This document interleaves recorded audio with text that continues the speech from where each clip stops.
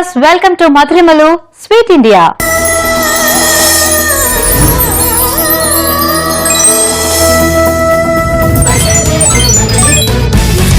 ప్రతిరోజు మీకు ఒక స్వీట్ డిష్ ని పరిచయం చేసే మధురిమలు ఈ రోజు కూడా టైంకి వచ్చేసిందండి మీకు ఒక చక్కటి రెసిపీని పరిచయం చేయడానికి. మరి ఆ రెసిపీ పేరు ఏంటి అనుకుంటున్నారా? అదే పెసరపప్పు బొబ్బట్లు.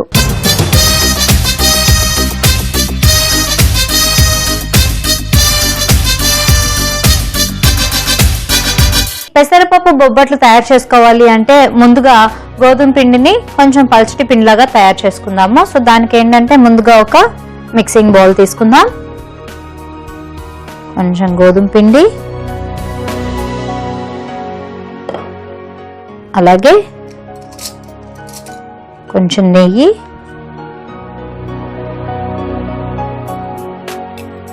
ఇప్పుడు వాటర్ యాడ్ చేసుకుంటూ మనం చపాతీ పిండి ఎలా అయితే తడుపుకుంటామో, ఎలాగైతే కలిపి పెట్టుకుంటామో అదే విధంగా మనం తయారు చేసుకుందాం. కాకపోతే ఇది కొంచెం పలుచగా ఉండాలి.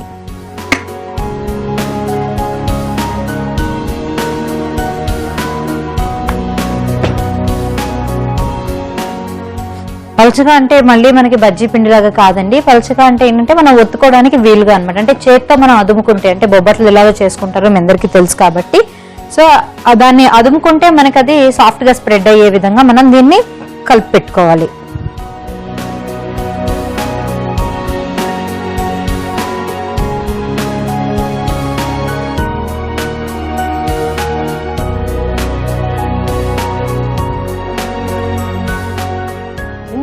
లైట్ గా ఆయిల్ కూడా యాడ్ చేసుకుందాము.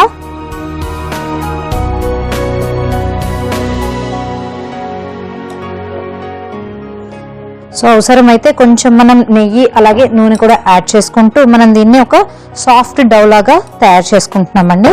సో చూసారు కదా, మామూలుగా మనం పూరి పిండికి లేదంటే చపాతీ లాగా ఒత్తుకోవాలి అని అనుకుంటే కొంచెం హార్డ్ డౌ లాగా, టఫ్ డౌ లాగా మనం తయారు చేసుకుంటూ ఉంటాం కదా. సో ఈ ముద్ద ఏంటంటే మనకు కొంచెం పల్చగా సాఫ్ట్ గా ఉండేటట్టు తయారు చేసుకోవాలి. సో మిగతా ప్రొసీజర్ అంతా మనకి తయారవడానికి కొంచెం టైం పడుతుంది కాబట్టి ఆ లోపు ఇది ఆటోమేటిక్ గా కొంచెం సేపు నానడానికి కూడా టైం దొరికిపోతుంది.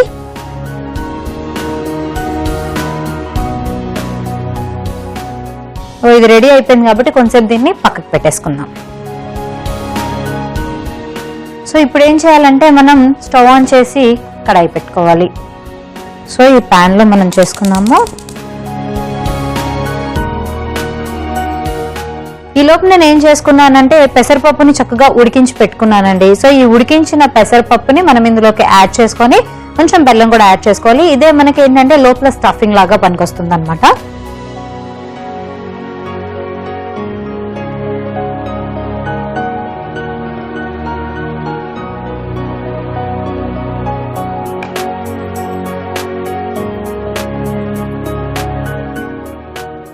ఉడికించిన పెసరపప్పు యాడ్ చేసిన తర్వాత వెంటనే మనం కొంచెం బెల్లం తురుమును కూడా యాడ్ చేసేసుకుందాము.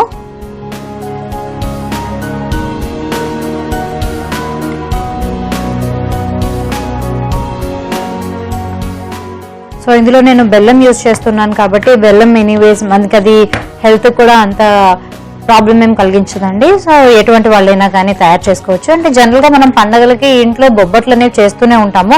సో అలా కాకుండా మనం ఏంటంటే శనగపప్పుతో కాకుండా కొంచెం పెసరపప్పుతో చేసుకుంటే, పెసరపప్పు ఎలాగో ఒంటికి చలవ కూడా కాబట్టి పెసరపప్పు అండ్ బెల్లం కాంబినేషన్ కూడా ఉంది కాబట్టి అది హెల్త్ కి ఏ మాత్రము మనకి డిస్టర్బెన్స్ ఏం కలిగించదండి. దట్టు మనం వన్స్ ఇన్ ఎ వైల్ ఇలాంటి డిషెస్ చేసుకుంటూ ఉంటాం కాబట్టి చక్కగా ట్రై చేయొచ్చు. అండ్ ఇవి నైవేద్యంకి కూడా పనికొస్తుందండి. ఎప్పుడైనా పండుగలు వచ్చినప్పుడు లేదంటే ఇంట్లో ఏమైనా చిన్న చిన్న ఫంక్షన్స్ ఉన్నప్పుడు ఏం చేసుకోవాలి అని అనుకుంటున్నప్పుడు చకచక ఇలాంటివి రెసిపీస్ అయితే చేసేసుకోవచ్చు. ఇది ఇలా చక్కగా ఉడుకుతూ ఉంటుంది. ఈ లోపు మనం నెక్స్ట్ ఇంగ్రీడియంట్ ని యాడ్ చేసుకుందాము. నెక్స్ట్ వచ్చి నేను ఇందులో ఎండు కొబ్బరి పొడి వేస్తున్నాను.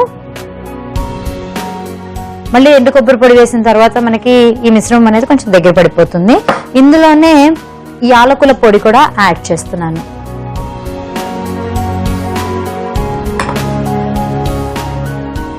బాగా మిక్స్ చేసేద్దాము. చూసారు కదా, ఆల్రెడీ ఉడికించిన పెసరపప్పు తీసుకున్నాం కాబట్టి అదేంటంటే చాలా తొందరగా మెత్తగా అయిపోయిందండి. మనకి ఏమాత్రము టైం పడుతుంది అన్నట్టుగా అనిపించట్లేదు. చాలా క్విక్ గా అయిపోయే రెసిపీ ఇది. సో మనకి కావాల్సిన కన్సిస్టెన్సీ వచ్చేసింది కాబట్టి స్టవ్ ఆఫ్ చేసేసుకుందాము. ఆల్రెడీ ఎండు కొబ్బరి కూడా యాడ్ చేసిన తర్వాత ఇంకొంచెం దగ్గర పడింది కదండి, ఇంకా చల్లారే కొద్దీ ఇంకొంచెం దగ్గర పడుతుంది. ఈలోపు నెక్స్ట్ మనం ఏం చేసుకోవాలో ఇప్పుడు చూద్దాము. లోపు చక్కగా చపాతీ పీట తీసుకున్నాము, చాపింగ్ బోర్డ్ తీసుకొని అలాగే ఒక పేపర్ రెడీగా చేసుకున్నాం అనమాట. అంటే మనకి ప్లాస్టిక్ పేపర్ మీద మనం ఇవి ఒత్తుకుంటే కనుక మనకి ఈజీగా ఉంటుంది తీయడానికి, అట్లాగే కాల్చుకోవడానికి కూడా మనకి కంఫర్టబుల్ గా ఉంటుంది కాబట్టి. సో దీన్ని కూడా నేను ఆల్రెడీ ఆయిల్తో గ్రీస్ చేసేసాను. మరో స్టవ్ వెలిగించుకొని ప్యాన్ పెట్టేసుకుందాం.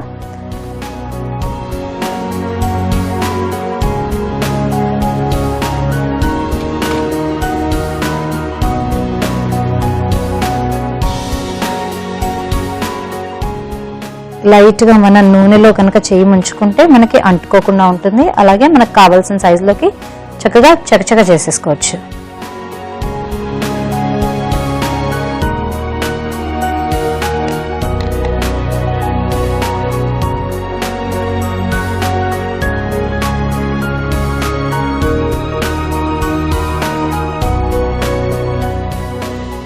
సో ఈలోపు మనం ఇక్కడ స్టవ్ కూడా ఆన్ చేసేసుకుందామండి.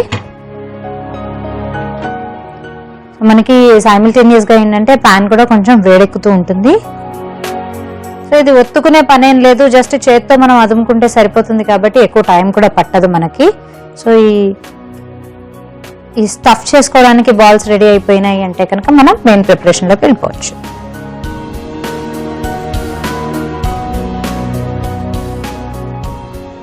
సో రెడీ అయిపోయిందండి, పక్కన పెట్టేసుకున్నాము. అలాగే ఇక్కడ మనం ఏంటంటే ఇందాక సాఫ్ట్ డౌలా ఒకటి ప్రిపేర్ చేసుకున్నాం కదా, దీన్ని కూడా మనం చక్కగా చిన్న చిన్న ఉండల్లాగా తయారు చేసుకొని దాన్ని ఈ నూనె ఆల్రెడీ పరిచి పెట్టాను, కావాలంటే ఇంకొంచెం నూనె మనం ఇలా యాడ్ చేసుకోవచ్చు. దీని మీద చక్కగా మనం చిన్న చిన్న చపాతీలాగా ఒత్తేసుకుందాం.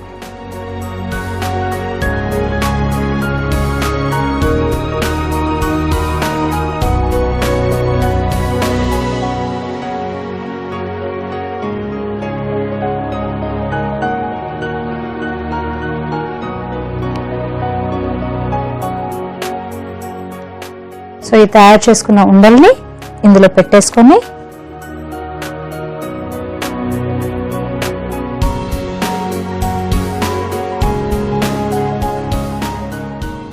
ఫిల్ చేసుకొని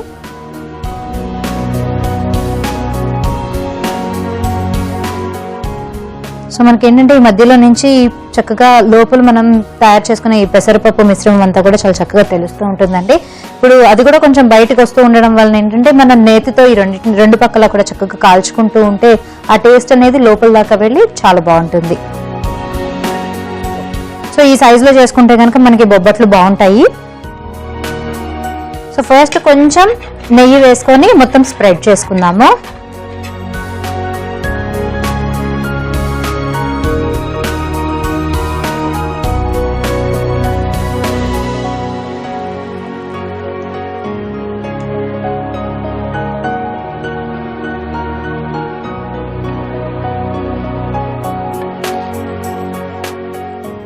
సో దీని మీద నుంచి మనం ఇంకొంచెం నెయ్యిని లైట్గా వేసుకుందాము.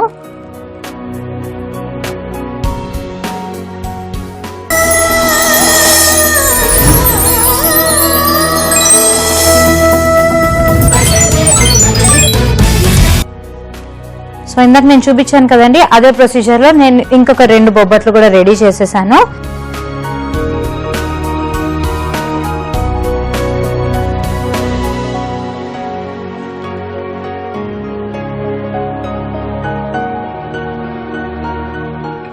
సో దీనిలోకి మనకి నంచుకోవడానికి కూడా ఏంటంటే జనరల్ గా మనం బొబ్బట్లని నెయ్యితోనే వేసుకొని తింటూ ఉంటాం కదండి, చక్కగా మధ్యలోకి చీల్చుకొని కొంచెం నెయ్యి వేసుకొని అలా తింటూ ఉంటాం కదా. సో దీనికి కూడా మనం ఏంటంటే కొంచెం నంచుకోవడానికి నెయ్యితోనే చక్కగా పక్కకు పెట్టుకోవచ్చండి. సో మరీ ఎక్కువగా డార్క్ డీప్ బ్రౌనిష్ లేదంటే గోల్డెన్ కలర్ కాకుండా కొంచెం మనకి ఇలా ఈ కలర్ లోకి వచ్చినప్పుడు మనం స్టవ్ ని ఆఫ్ చేసేసుకోవచ్చు. సో ఇంకా రెడీ అయిపోయిందండి. లాస్ట్ బొబ్బట్టుని కూడా మనం తీసుకొని సర్వింగ్ ప్లేట్లోకి షిఫ్ట్ చేసేసుకుందాం.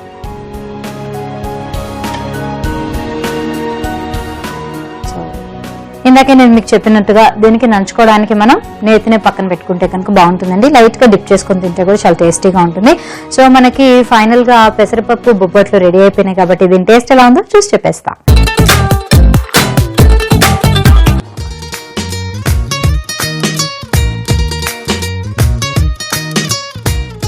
చాలా టేస్టీగా ఉందండి. ఇందులో మనం ఎండు కొబ్బరి కూడా యాడ్ చేసాం కాబట్టి ఆ ఫ్లేవర్ కూడా చాలా చక్కగా తెలుస్తుంది. అలాగే పెసరపప్పు కూడా చాలా చక్కగా మెత్తగా కుక్ అయిపోయింది కాబట్టి ఏ టేస్ట్ అనేది మనకి, ఏ ఫ్లేవర్ అనేది మనకి డామినేట్ చేయకుండా చాలా చక్కగా ఉందండి. రెగ్యులర్ గా తినే బొబ్బట్ల కంటే కూడా వన్స్ ఇన్ వైల్ మనం ఇట్లాంటివి చేసుకుంటే కూడా చాలా బాగుంటుంది, హెల్దీగా కూడా ఉంటుంది. కాబట్టి వెంటనే దీనికి కావాల్సిన పదార్థాలు ఏంటో, తయారు చేసుకునే విధానం ఏంటో కూడా చూసేసేయండి. పెసరపప్పు బొబ్బట్లకు కావాల్సిన పదార్థాలు: ఉడికించిన పెసరపప్పు, గోధుమ పిండి, నెయ్యి, యాలకుల పొడి.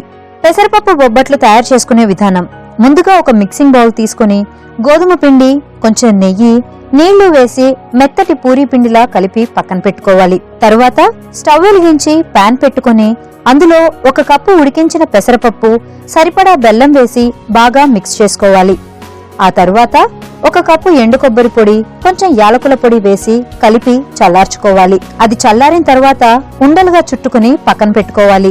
ఈలోపు స్టవ్ పై ఒక బాండ్లీ పెట్టుకుని అది వేడెక్కేలోపు తయారు చేసుకున్న గోధుమ పిండి మిశ్రమాన్ని దలసరిగా ఒత్తుకొని మధ్యలో పెసరపప్పు మిశ్రమాన్ని పెట్టి చుట్టూతా క్లోజ్ చేసి దలసరిగా బొబ్బట్లలా ఒత్తుకొని వేడెక్కిన పాన్ మీద కొంచెం కొంచెం నెయ్యి వేసుకుంటూ 2 పక్కలా కాల్చుకుంటే పెసరపప్పు బొబ్బట్లు రెడీ. ఈ కార్యక్రమాన్ని మీరు మళ్ళీ చూడాలనుకుంటే www.youtube.com/etvabridge లో చూడొచ్చు. అలాగే www.facebook.com/etvabridge ఫాలో కూడా చేయొచ్చు. ఈనాటి ఎపిసోడ్ లో పెసరపప్పు బొబ్బట్ల తయారీ ఏంటో తెలుసుకున్నారు కదండి. నెక్స్ట్ ఎపిసోడ్ లో మళ్ళీ కలుసుకుందాం. Until then this is Rajeshwari signing of.